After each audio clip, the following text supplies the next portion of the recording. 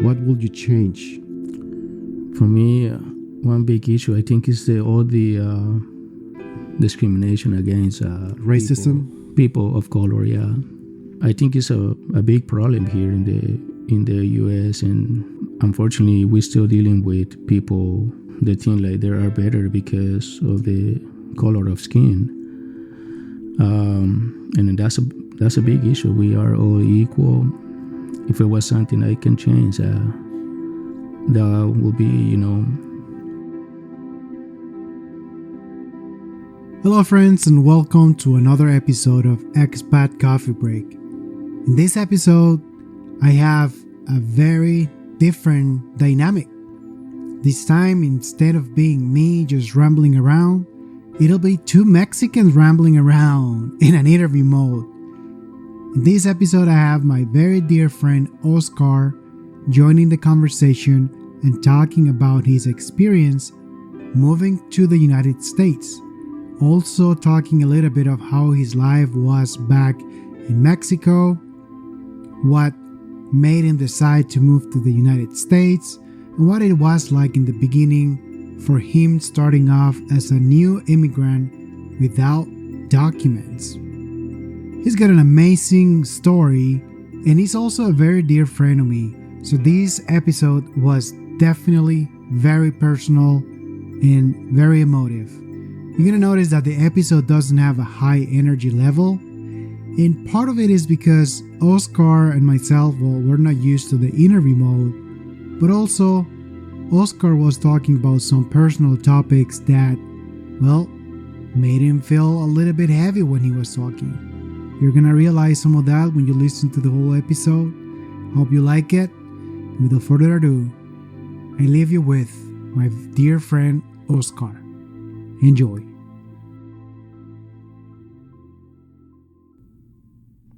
Hello, welcome everyone. This is Javier, your favorite host for Expat Coffee Break.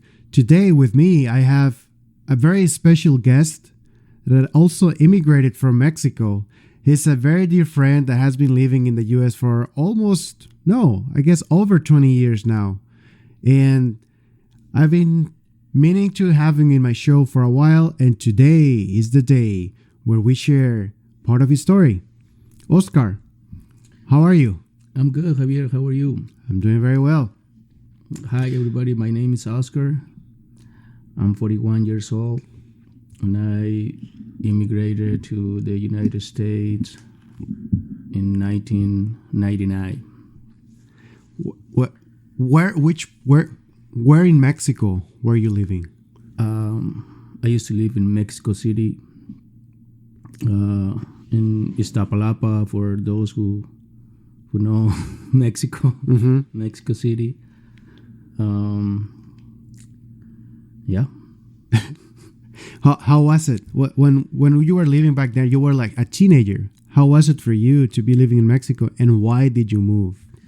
Why did I move to the United States? Well, it was a little bit of everything, especially, I think, money. Yeah. That's a big one. A lot of people do that. Everybody thinks like the United States is like the way to go because, you're going to find a job and you're going to make US dollars. Right. And you're going to make it. You're going to make the American dream. Right. Yeah, that's right. I came to the United States to seek the American dream. How do you feel when you first moved? Do you remember your first day? Yes, I do. Actually, I came to Minnesota, I think it was by the end of April. And then I saw a lot of snow. It was a little still cold.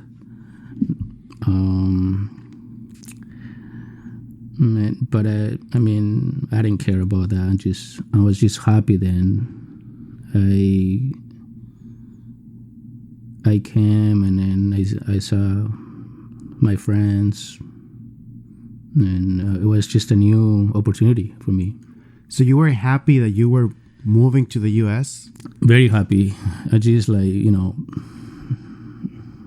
Mexico. Wow,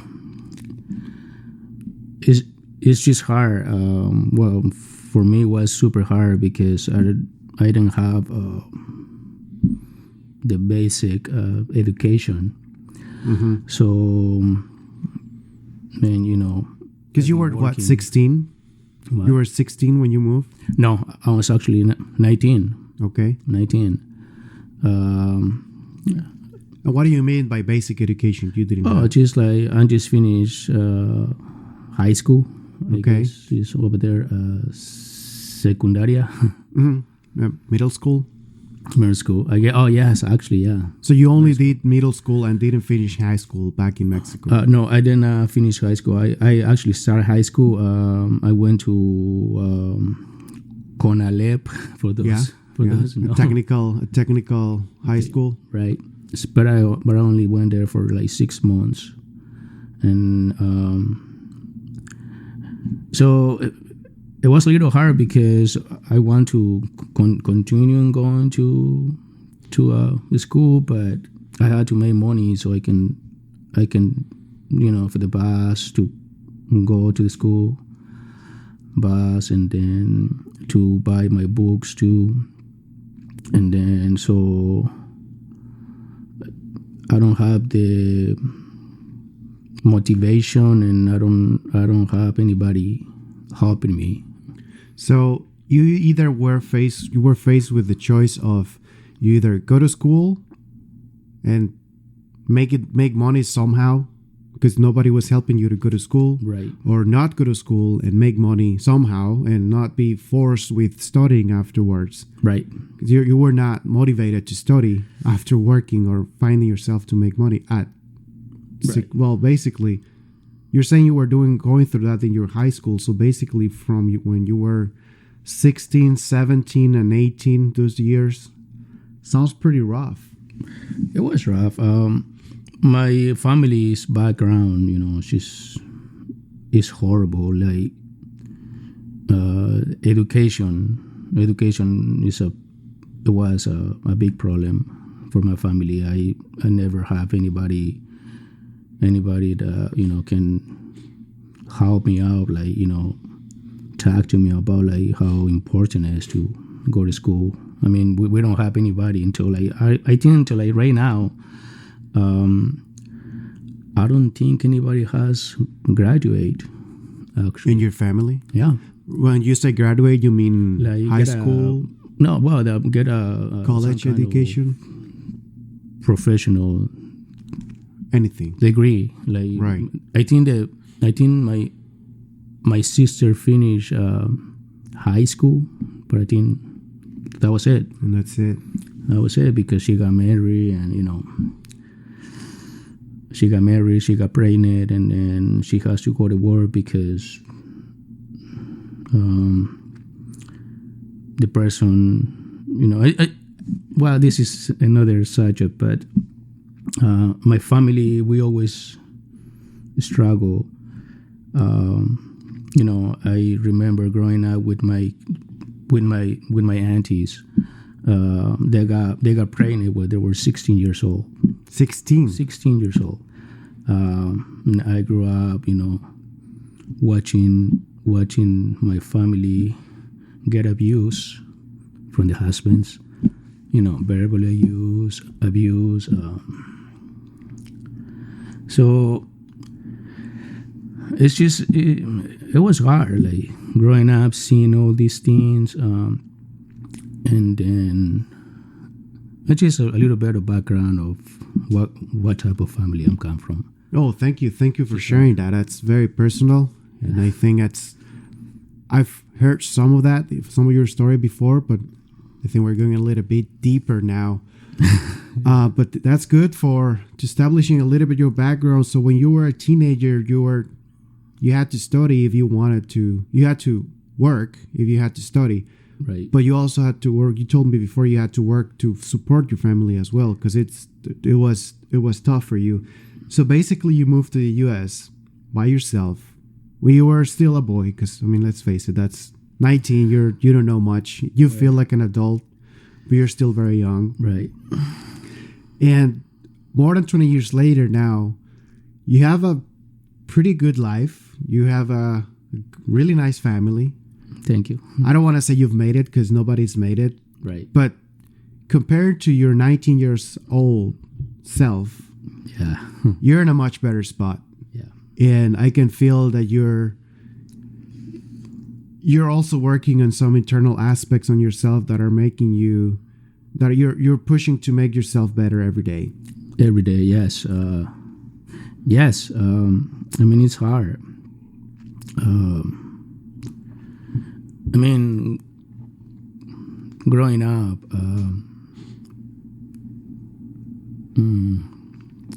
yeah, I mean, I think like all that mindset growing up with my family it was horrible. Like I had to come to the U.S., like start over, like forget about all the negative memories in order for me to move on. And until right now, you know, sometimes I think about it, and then it makes me feel sad sometimes too. Yeah, I hear you. I mean, I can only imagine. But thank you for sharing all of that. So for you fine listeners, if you might imagine, but yes, Oscar did immigrate via the undocumented way. I don't think that will be much of a surprise considering he wasn't able to go to school and therefore he had to immigrate. But that has changed. He was able to turn around that, and now he's in process of getting a green card. So USCIS, please stop looking for him. We're not going to share his last name either for obvious reasons. We don't want this to become a manhunt for Mr. Oscar, the illegal immigrant. Right. Can you tell me a little bit of what you do for a living? So what I do for a living, when I came to the U.S., you know, I started working at Burger King, McDonald's. I used to cook burgers. Where was your first job? McDonald's, actually. Flipping burgers? Flipping burgers, making fries. And then a couple months after that, I went to the front of the business and then started taking orders. I remember it was so funny because I can only say like, "Hi, can I help you?" You didn't know any English before nothing moving? At all. I mean, me being Mexican, you know, I only knew like, "Hi, how are you?" What's your name? And now, you know, like you come to the U.S. and then it's just a totally different pronunciation. Everything is so different. Very, very different. Yeah. So yeah, I started working in restaurants, and then 5 years after I moved into the U.S., I got married. And then, you know, I started a new life, I guess. And I remember I was doing the same thing. I was just working in restaurants. I guess I moved on from McDonald's and Burger King to Chili's and Applebee's, and from fast food to a little bit more like more dining style. Right. Dining style, and then that's because the pay was better, so that's why I did that too. But what do you do now? So like right now, 10 years ago, I started doing. I started selling things on eBay. So how I started all this process, you know, was like one time I went to Savers, it's a secondhand store here in the U.S. And then I was just looking at all things like antique things, and then I don't know. Well, like, I remember I found a tin can of tea, and it was from Japan. And then I was just curious about the price, so I took my phone, I Google, the name of the company and all that, and then I found the same tin can on eBay for $300, and wow, I only paid $2. So that makes me so excited about. You were lucky from the beginning, right? And that's how I started looking for antiques and everything I can make money on. And that's what you do nowadays? Well, yeah, and then that's what I do now. I move on from going to Savers and Goodwill, for those who know what that is, secondhand stores, to buy brand new shoes, clothes, wholesale, resale. Yeah. So you're flipping sales on the internet. Yes, that's correct. Interesting. So for people that are wondering how to make an extra buck, there you go. You can just go out to your nearest thrift store, find some antiques, and sell them on eBay. Right. It works. Some of the listeners that have been part of my story might know that my wife started doing some of that when we first moved to the U.S. as a way to stay busy. And Oscar was the friend that was helping her to learn the ropes around that. So I can guarantee you there's some good money to be made over there. Tell me what has been your biggest challenge living in the U.S. My biggest challenge. I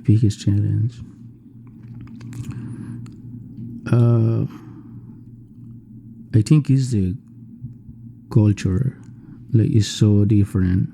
When I moved to the U.S., even with the Hispanic friends, the mindset just changed.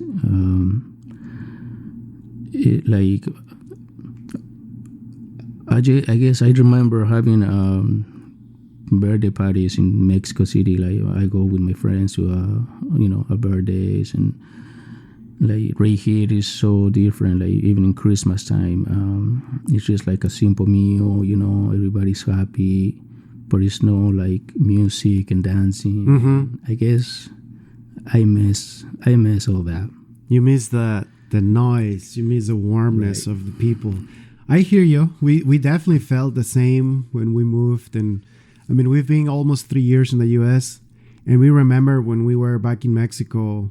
We were always, if we threw a party, it was a party. And we were going to go all night with loud music, drinking, and people will stay there and have a good time. Yep. And it was all about dancing and having a great time with friends. Yeah. I guess for me, that part, I mean, even though I got a very complicated family growing up in Mexico, around those times we were so close, everybody smiling. I actually remember two specific Christmas in Mexico. One of them was we got so many presents, and then everybody was super happy, and then the other one, we don't have anything. There was no presents. But still, everybody was dancing, everybody smiling, very happy, just those moments. I think I miss a lot, and it was difficult for me to adjust, to the type of food. Even it's another thing. Food is so different here in the U.S. It's hard. It's hard to find a good food, good restaurant actually, to go eat. And actually, for me, if I got a good meal,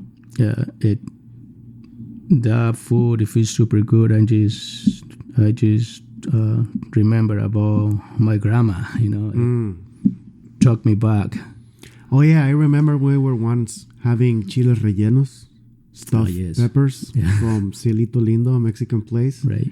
And then, man, the moment you took a bite, you were like, "No, mames, Yeah, it tastes like my good. grandma." Yes. Yeah, Yeah. I hear you. Iris, my wife has the same thing. She tastes something and she's like, "Oh, it tastes like just like when back home, this and that." Right. We got the same thing, and I agree. Food is complicated. How do you feel having all of those things being having so much complicated to deal with the culture, the food, and what did you learn through all of these years after more than 20 years? Well, I learned a lot actually. I learned that it's never late. It's never late to start over and then start doing something. I'm so happy. I wouldn't change anything. Like, it was hard, but it was for the best for me to move here to the U.S. I can imagine being in Mexico. If I never came to the U.S., I'd probably be in jail. I probably, maybe I'd be dead, probably, actually. Why do you say that? Well, just for the type of problems my family have still, like, until now, which is it's the same thing over and over again. Like, like, cause my aunties, they get pregnant when they're 16. Well, they got kids now. My cousins, they're 16 years old and then they pregnant again. I mean, it's like a circle. Like, But other than women getting pregnant very early in their life, has anybody in your family gone to jail or got killed? Of course. I had a cousin, then he got charged for kidnapping someone over there in Mexico. And did he? He tried. I mean, he was only 17 years old when this happened. Unfortunately, I guess fortunately, I should say, not unfortunately. Fortunately, he got caught, and then he went to jail. So he got caught even though he wasn't successful at kidnapping anybody. Right, that's correct. But just by trying, that's a crime. Yeah, well, I think he was in jail for like 5 years, actually. Well, that's a long time. Yeah. But still, like, right now, he's a free man, but still, like, he has all these problems, drugs. He go and take things from people then he shouldn't. I got all my cousins are pretty much they got the same problem. They are all alcoholics, drugs.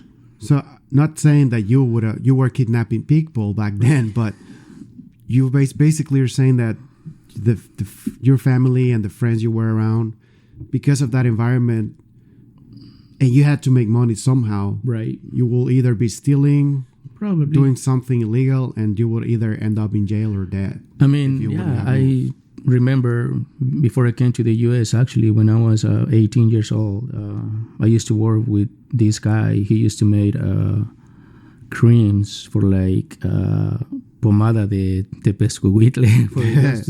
Ointments. Right. So he used to make all these things in his home. So I found this guy, and then he asked me, if I wanted to work, and then I said, yeah, sure. Back in Mexico. Yes, back in Mexico. So I started working with this guy, and I remember he used to pay me like 600 pesos every week, and I used to work. How old were you? Monday through Saturday. 18 years old. 600 pesos 20 years ago for an 18-year-old. That's a lot of money. Well, not really, because I remember when my first paycheck, I actually went and bought a pair of shoes, and I really liked.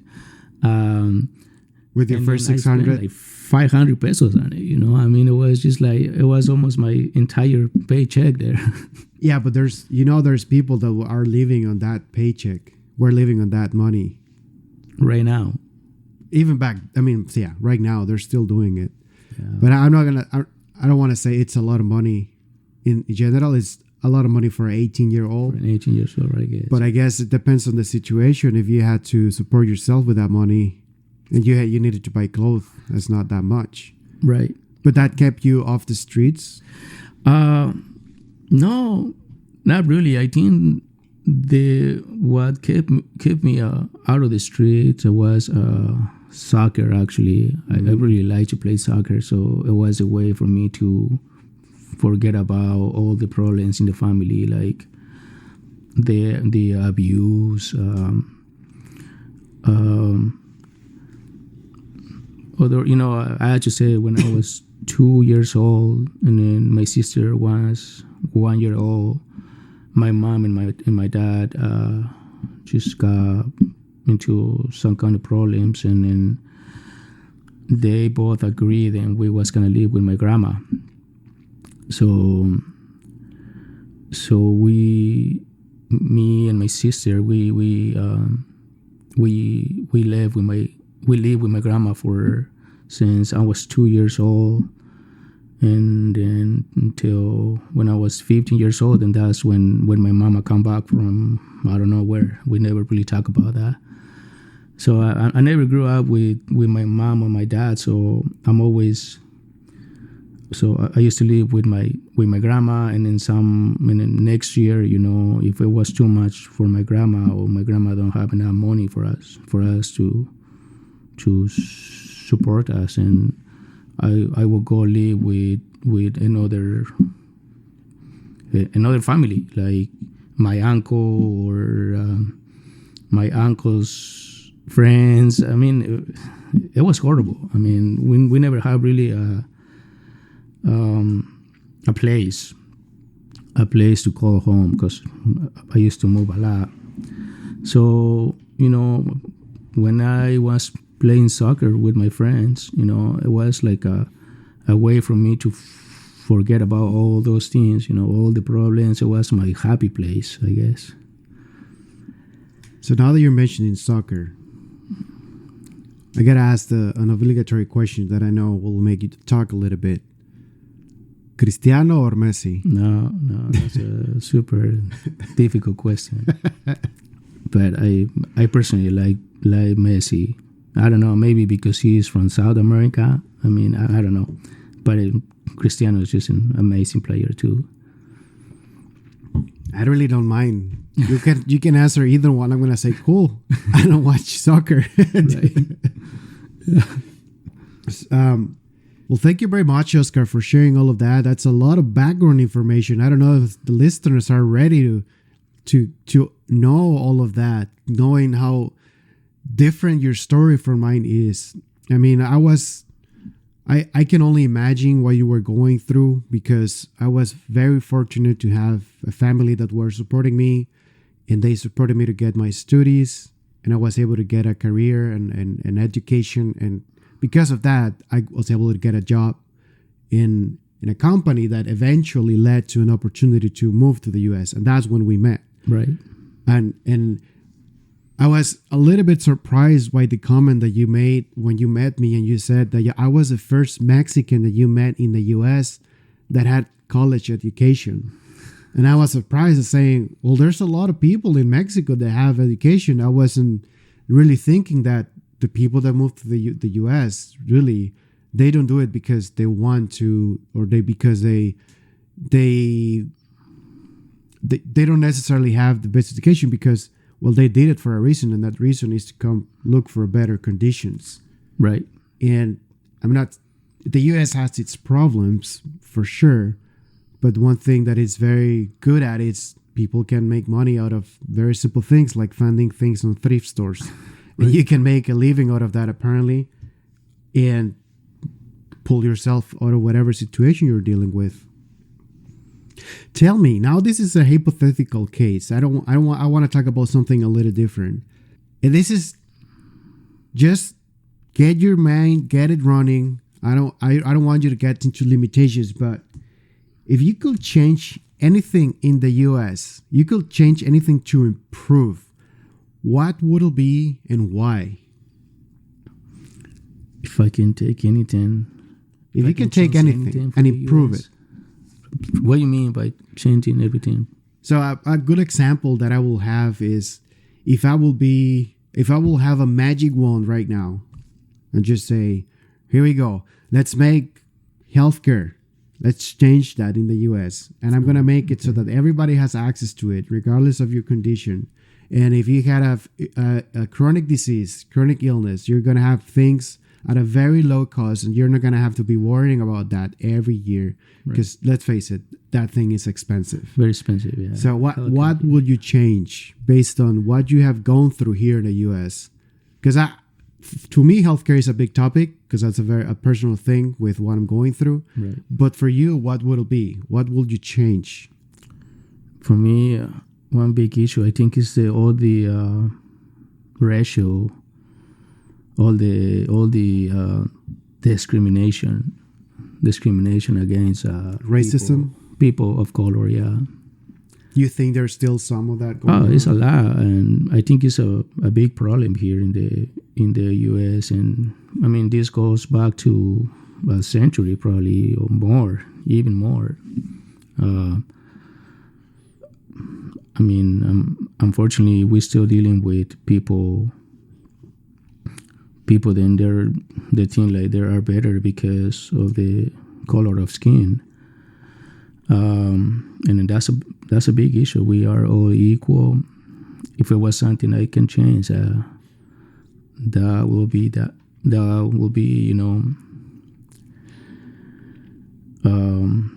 people's mindset. We are all equal. Unfortunately, I think this is a social issue that we are gonna have to face for years to come. Especially with this last administration here in the U.S., it was just it bring like the worst of people and then the good of people to both ways. Yeah, I understand what you're saying. When I first moved, even before, I don't want to turn this into a political podcast. Right. But even before I moved, I used to travel to the U.S. for business, for my work. And one time I was in a hotel. It wasn't a nice hotel. It was a cheap hotel. But cheap in the U.S. is like $100 a night. I mean, that's not cheap at all. But anyways, and they didn't have any water bottles inside the room. And I was thirsty. And I know that I shouldn't drink from the tap water. Right. Even though it's the U.S. and the U.S. supposedly has clean water. I never do. Because you never know what's going to happen in your stomach. Right. You can get something, even though I'm doing air quotes and it's clean. Right. Something you're going to catch something, right? So I go down to the lobby and I ask the lady, hey, you guys have water bottles? I need to drink water. And so I didn't get any in the room. So I was wondering if you can give me a few or I can buy them. And her reply was, you can drink from the tap. What do you think? We're in Mexico or what? Oh, I know. Wow. Okay. Sorry, lady. I took my rental car and I drove to the next grocery store and I got a big chugs of water and I walked into my room with water because they give me that reply. I'm like, I'm not doing that. I'm not doing that. Right. But it was crazy because it was at the time when we had a president that was very inflammatory. Right. And that guy was, at the time, I think part of his campaign, he had it against Mexicans. Then it became a different thing. He was completely crazy. And then he was friends with Mexicans, supposedly. But he was bringing the worst out of people. Yeah. And people were feeling encouraged to be mean to other immigrants because the president was mean to the immigrants. Right. I mean, you got the president of the United States. People that you're supposed to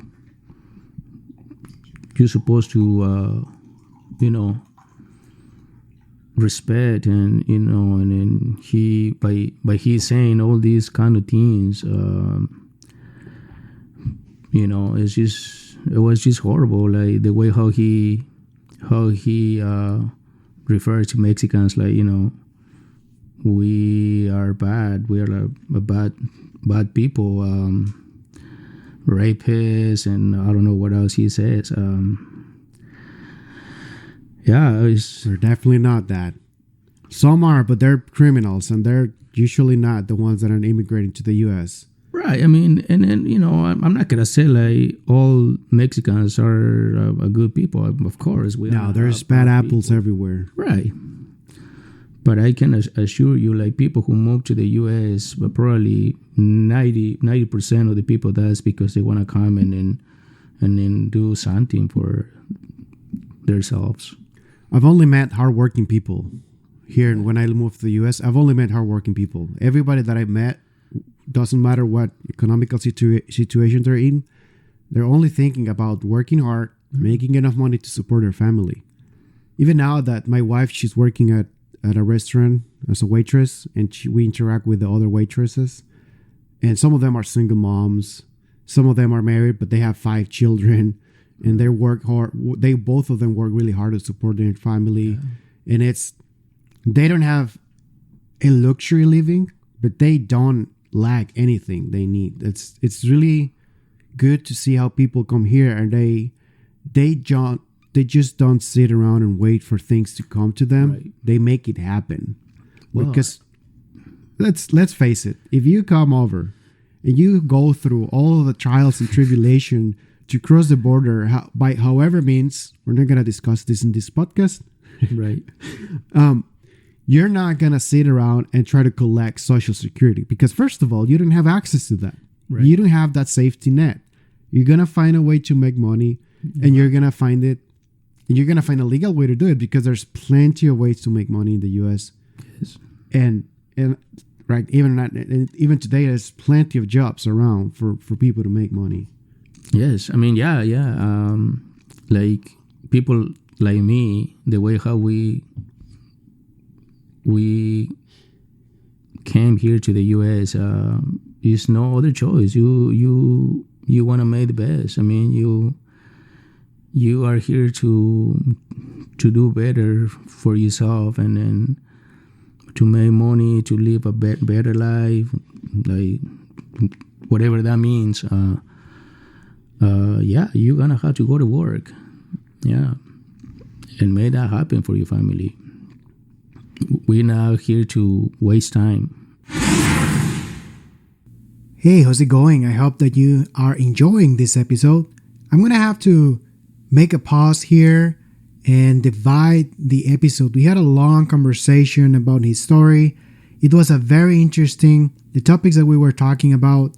And for the sake of keeping this episodes interesting and not too long, I'm going to divide it in 2 parts where it just was too much of a conversation.